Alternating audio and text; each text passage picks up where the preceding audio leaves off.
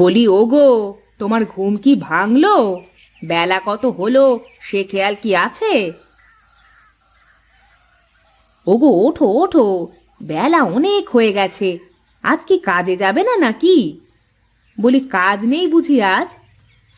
কি বলো গিন্নি? কাজ থাকবে না কেন? তাহলে যে আমি ডেকে ডেকে গলা ফাটিয়ে ফেললাম, তাও তো তোমার ওঠার কোনো লক্ষণই দেখলাম না। ওহো, রোজ রোজ দেরি করে ঘুম থেকে উঠে কাজে যেতে দেরি হয়ে যায়। সরো সরো, রেডি হয়ে নি।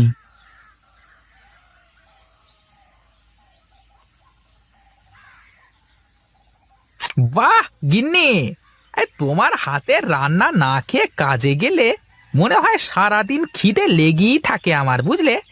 থাক, অত প্রশংসা করা লাগবে না। তোমাকে একটা কথা বলবো?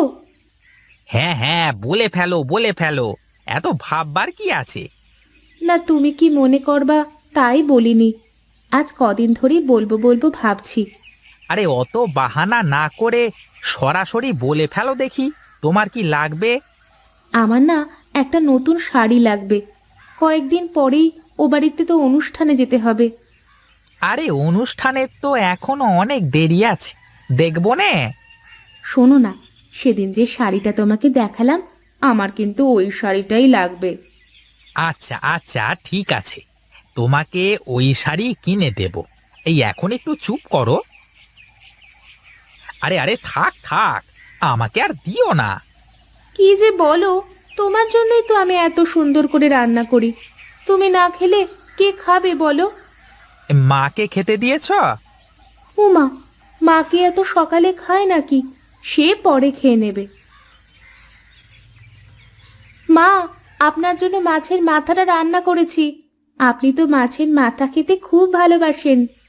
হ্যাঁ গো ছোট বৌমা, আমি আমার বাপের বাড়িতে মাছের মাথা ছাড়া তো খেতামই না। পরে বাড়িতে আসার পর যখন তোমার শ্বশুর মশাই জানতে পারলো, তখন সে চুপি চুপি আমাকে তার পাত থেকে মাছের মাথা উঠিয়ে দিত। আর আপনার ছেলেকে তো পাতে যাই দি সব খেয়ে সাবার করে ফেলে। একবার শোনেও না আমি খেয়েছি কিনা। ও ছোটবেলা থেকেই অমন। ওর খিদে পেলে মাথার ঠিক থাকে না, আর খাওয়ার সময় এদিক ওদিক তাকায় না। মা, রান্না কেমন হয়েছে বললেন না তো? খুব ভালো হয়েছে মা। তোমার হাতের রান্নার কোনো জবাব নেই। কেন, আমার হাতের রান্না কি ভালো না মা? না না, আমি কি তা বলেছি নাকি? তোমার হাতের রান্নাও বেশ ভালো। তুমি যেমন ইলিশের পাতুরি ছোট বৌমার থেকে ভালো করতে পারো, তেমনি ছোট বৌমাও লাউ চিংড়ি ভালো রান্না করতে পারে। আচ্ছা মা, আপনি সত্যি করে বলেন তো, কার হাতের রান্না বেশি সুন্দর? এ কেমন প্রশ্ন আবার! বললামই তো, দুজনের হাতে রান্নাই সুন্দর।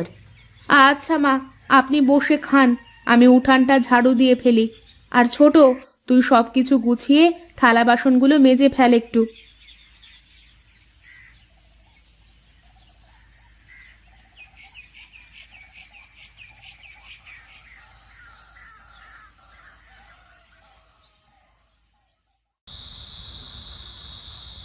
কি গো, এ চুপচাপ বসে আছো কেন? মন খারাপ নাকি? আমার মন খারাপ হলেই বা কি, ভালো হলেই বা কি, তাতে কার কি যায় আসে? আহা, কি হয়েছে বলো তো? একটু থেকে একটু হলেই কেমন ছেলে পোলের মতো করে। তোমাকে বললাম আমার জন্য শাড়ি নিয়ে আসতে, তুমি শাড়িটা নিয়ে আসলে না কেন? আচ্ছা আচ্ছা, বললাম তো নিয়ে আসবো, আজই নিয়ে আসবো, এটা তো বলিনি আমি। বুঝেছি, তুমি আমার জন্য কিছু আনতে ভয় পাও। এ আবার কেমন কথা? তোমার জন্য কিছু আনতে আমার আবার ভয় কিসের? না, যদি তোমার ছোট ভাইও তার বউয়ের জন্য কিনতে চায়? কিনলে কিনবে, আমাদের তো ভাগের ব্যবসা, ওরও যেমন অধিকার আমারও তেমন অধিকার। অত কিছু বুঝি না, তুমি কালই আমার শাড়িটা এনে দেবে। শাড়ির সাথে ম্যাচ করে তো পেটিকোট, ব্লাউজ এসব বানাতে সময় লাগবে। আচ্ছা ঠিক আছে, আমি কালই নিয়ে আসবো। এখন ঘুমিয়ে পড়ো তো দেখি।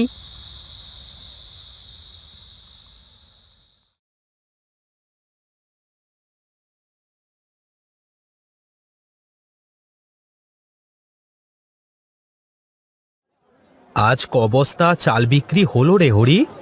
এই 50 বস্তা মতো দাদা। তা হবে কেন? এই সুশান্তকেই তো 15 বস্তা দিলাম, তাহলে এত কম হলো কিভাবে? ও আচ্ছা দাদা, হ্যাঁ আমি তো সুশান্তের নাম লিখতেই ভুলে গেছি। বেশ বেশ, ভালোই তো।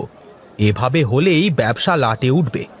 আমি একটু বাইরে যাচ্ছি, তুই কিন্তু ভালো করে খেয়াল রাখিস সব দিকে, কেমন?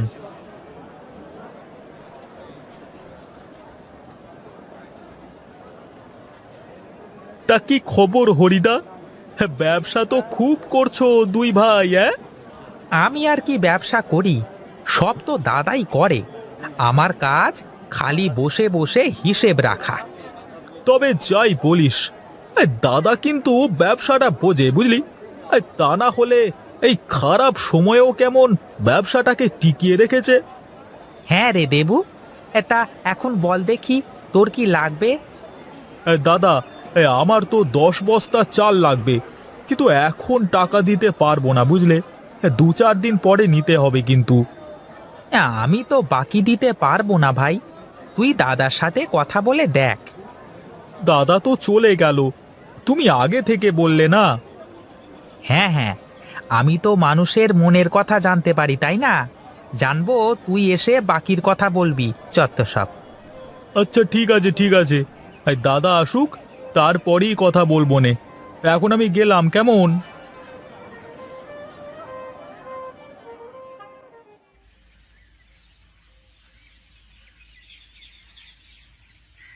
হ্যাঁ, কই গো গিন্নি?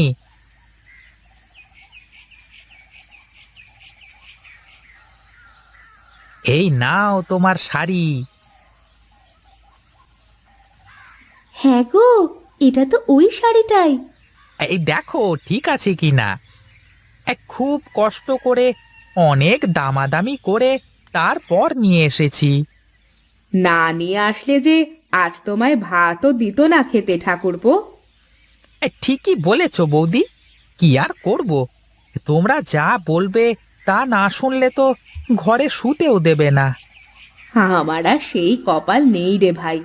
তোর দাদা তো আমাকে চোখ রাঙিয়ে চুপ করিয়ে রাখে। চলো ঘরে চলো, আমি তোমাকে খাবার দিচ্ছি।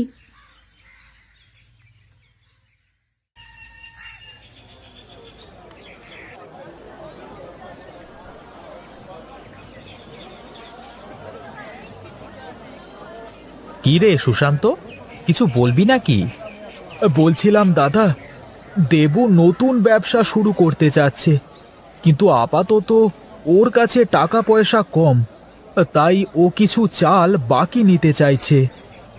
দেখ সুশান্ত, আমি তো ওইভাবে বাকি দিই নে, তুই আর কয়েকজন পরিচিত লোক ছাড়া।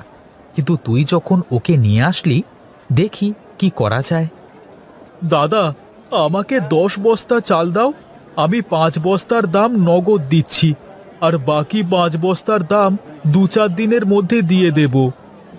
আচ্ছা আচ্ছা ঠিক আছে, তাহলে টাকাটা দিয়ে চালটা বুঝে নিয়ে যা। দেখ সুশান্ত, বাকি তো দিতেই হবে ব্যবসা করতে হলে, কিন্তু সবাইকে যদি সহজে বাকি দিয়ে দিই তাহলে তো আবার সমস্যা। তুমি খুব বুদ্ধিমান দাদা, তুমি যদি হরিদার মতো লেখাপড়া জানতে। ও লেখাপড়া আমাকে দিয়ে হবে না বলেই তো বাপের সাথে ব্যবসা শিখেছি। আমার থেকে ভালো এ ব্যবসা কেউ বুঝবে না রে সুশান্ত।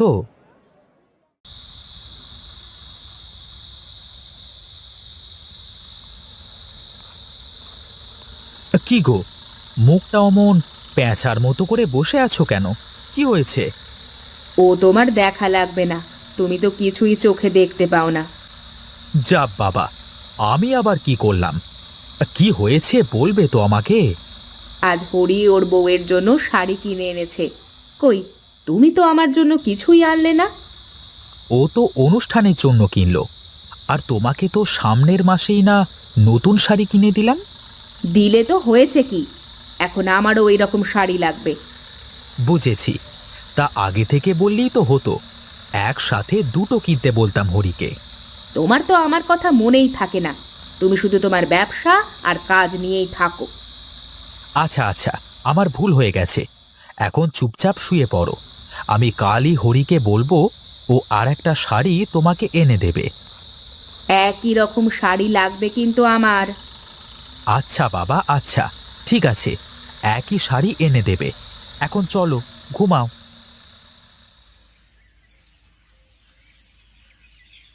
মা, বারান্দায় উঠে আসেন, খাবার খেয়ে নেন। এখানে রোদে বেশ ভালো লাগছে, তুমি খাবারটা এখানে নিয়ে এসো দেখি।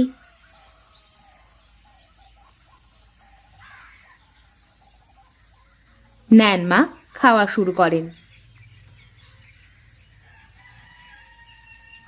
এ কি, দুজনে তো একই তরকারি রান্না করেছো, তাও আবার আলু রান্না শুধু।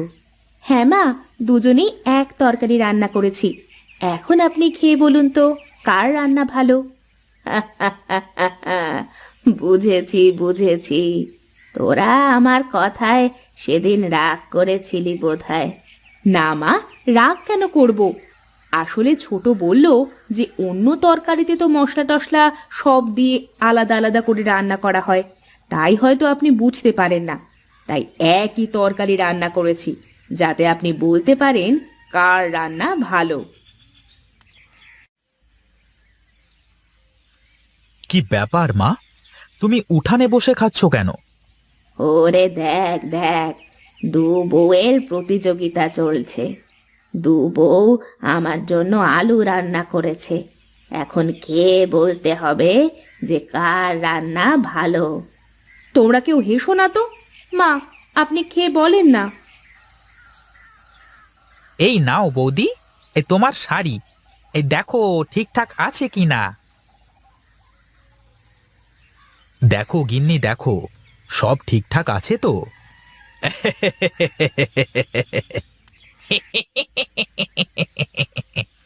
হ্যাঁ গো, সব ঠিকঠাক আছে, একদম একই রকম দুটো শাড়ি। বাহ বাহ বাহ, বৌদি, তুমি আমার সাথে পাল্লা দিয়ে শাড়ি কিনলে তাহলে? তার মানে তুমি সব সময় আমার সাথে পাল্লা দাও? আহা, কি যে বলো না ছোট বৌমা, দু বউ তোমরা একই শাড়ি পরবা, এজন্য বোধহয় ওরা এনেছে।